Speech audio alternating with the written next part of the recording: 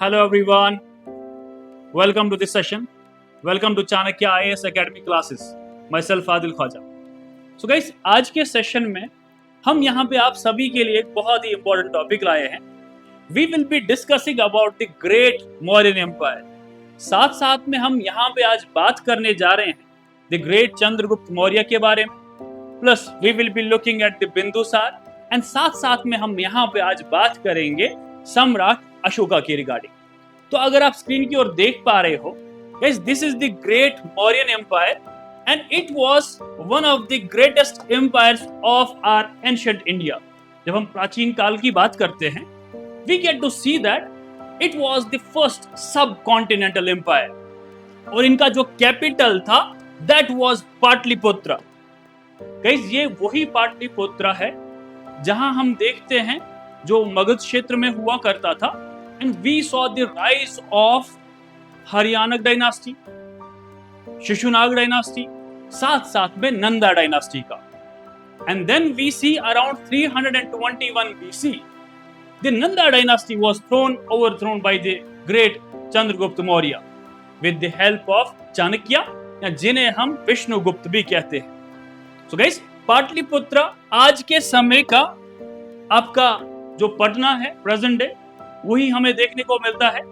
So looking at the great Mauryan empire, we will see इनका जो economy था ये काफी फ्लरिशिंग था. साथ साथ में they were having great internal as well as external trade as well. तो आइए सबसे पहले यहाँ पे आज बात करते हैं चंद्रगुप्त मौर्य के regarding. Guys, coming to Chandragupta Maurya, who laid the foundation of the great Mauryan empire और द मौर्यन डायनास्टी. ऐसा देखने को मिलता है कि इनको ट्रेन किया गया था चाणक्य के द्वारा, या फिर आप विष्णुगुप्त भी कह सकते हो. The great Chandragupta Maurya, he had overthrown the Nanda dynasty in 321 BC. And guys, we are seeing the start of the Great Mauryan Empire. और कैपिटल जो था ये पाटलिपुत्र ही रहेगा, जो कि मगध क्षेत्र में हुआ करता था.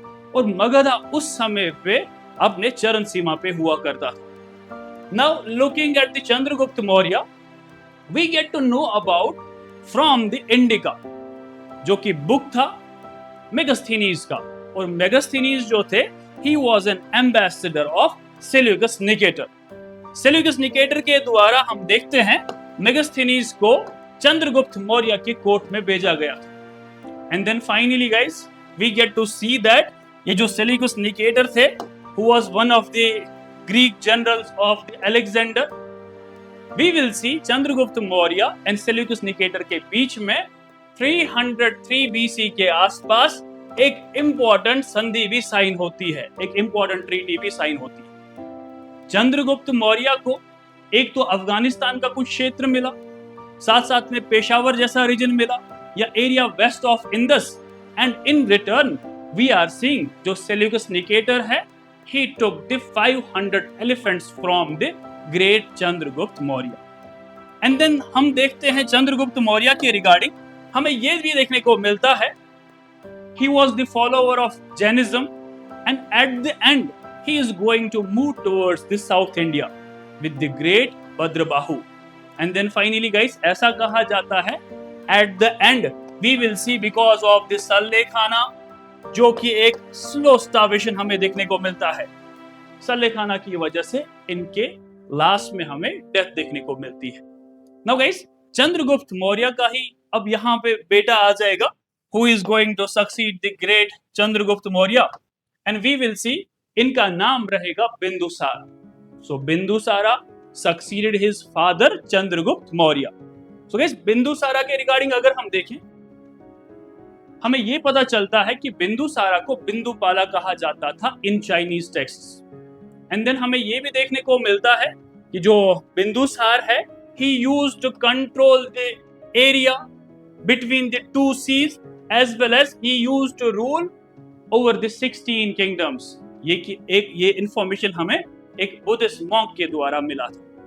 नाउ ऐसा हमें ये भी देखने को मिलता है, बिंदुसार के कोर्ट में हमें एक दिमकस करके एक एम्बेसडर देखने को मिलते हैं.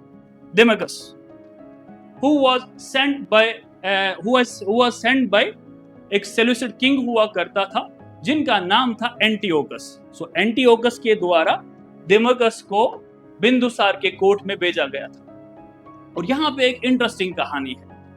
ऐसा कहा जाता है कि बिंदुसार ने दिमोकस से एक रिक्वेस्ट किया और कहा, एक तो हमें स्वीट वाइन चाहिए, साथ साथ में ड्राइड फिग्स चाहिए, प्लस हमें एक सोफिस्ट या फिर एक स्कॉलर चाहिए।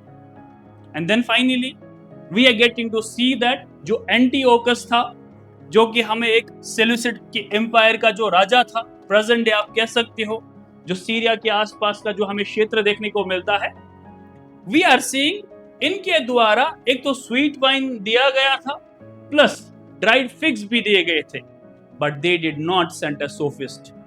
सो उस समय पे ये दर्शाता है they were well aware of the brain drain as well. So जब हम देखते हैं ग्रीक्स का या फिर इन सेल्यूसिड लोगों का, they knew the importance of the intellectual people, तो सोफिस्ट या स्कॉलर को नहीं भेजा गया। एंड देन गाइस, ऐसा कहा जाता है महावंशा के द्वारा जो बिंदुसार थे, he was having around 101 sons, and through the महावंशा only we get to see Ashoka के द्वारा अपने 99 भाइयों को मारा गया था। So Ashoka killed his 99 brothers and ascended to the throne। अब देखते हैं हम सम्राट अशोका के रिगार्डिंग। अशोका का टाइम पीरियड अगर आप स्क्रीन की ओर देख पा रहे हो, it was 273 to 232 BC। Ashoka one of the finest और one of the greatest kings of the ancient India. हमें ये देखने को मिलता है अशोका के द्वारा, इनके लाइफ के हमें 3 फेजेस देखने को मिलेंगे। Kama Ashoka, then we will be having Chanda Ashoka, and then we will be having Dhamma Ashoka. Kama Ashoka when he was quite young, ठीक है। सेकंड चंड अशोका, जब ये राजा बन गए थे उस समय पे ऐसा कहा जाता है he was brutal, and then after that we are going to see his third phase of life when he got converted to the Buddhism after the famous Kalinga War 261 BC। He fought only one major war, that was this Kalinga War, which is seen in the present day of Odisha। So guys, ऐसा कहा जाता है कि जो दया river था, it turned red because of this Kalinga War। 1 lakh से भी ज्यादा लोग इसमें मारे गए थे। More than 1.5 lakh people were taken as prisoners, and then Ashoka was moved by this massacre। और ऐसा ये भी कहा जाता है Ashoka then changed his physical occupation with the cultural conquests। तो अशोका की नीति में, पॉलिसी में अब यहाँ पे हमें एक चेंज देखने को मिलता है। And then when we see the sound of Berigosha was replaced by the sound of Dhammagosha। Berigosha means sound of war drums, Dhammagosha means sound of peace। Right? Ashoka के रिगार्डिंग ये भी कहा जाता है अशोका ने बहुत सारे एडिक्ट्स को इशू किया, and perhapsly he was the first Indian king to issue edicts।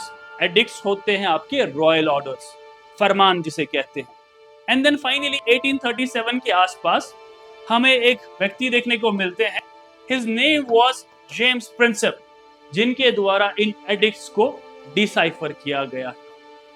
उससे पहले किसी ने डिसाइफर नहीं किया था। एंड देन फाइनली हम ये भी देखते हैं अशोका के द्वारा ही स्टार्टेड प्रमोटिंग हिज दम अशोका, ठीक है, which was not kind of a religion, एक simple moral code of conduct था, कॉस्मोपॉलिटन इन नेचर, जहां पे ये कहा गया था you should respect your elders, you should promote tolerance in the society, you should go with brotherhood, respecting elders as well as other good teachings were seen in the Dhamma of Ashoka। And then guys finally हम ये भी देखते हैं अशोका के time पे Mauryan empire एक काफी शक्तिशाली और काफी विशाल था, but then over the period of time we will see Mauryan empire में सक्सेशन होता है वीक रूलर्स का, और जैसे ही वीक रूलर्स का सक्सेशन होता है we are going to witness the decline of Mauryans as well। And then जैसे ही हम देखते हैं कुणाल और दशरथ का time, we are going to see Mauryan empire में डिवीजन भी होता है।